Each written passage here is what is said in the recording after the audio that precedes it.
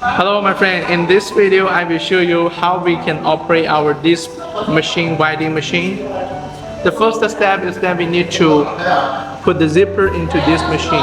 Our technician will show you how we put the zipper into this machine and make sure the direction is correct. You see, like in this direction, and you need to make sure you need to the rod run circle into our this winding frame first. Okay,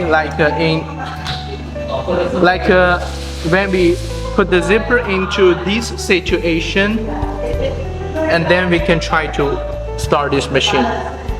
The second step, we need to turn on the power switch, and after that we need to set up the packing requirement.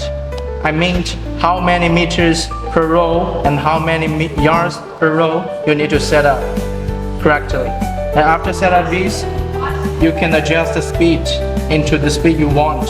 And after set up all these things, you just need to press the stop button. So now this machine working. After you finish the writing process, if you want to stop this machine, you just need to press this red button. So this machine stop.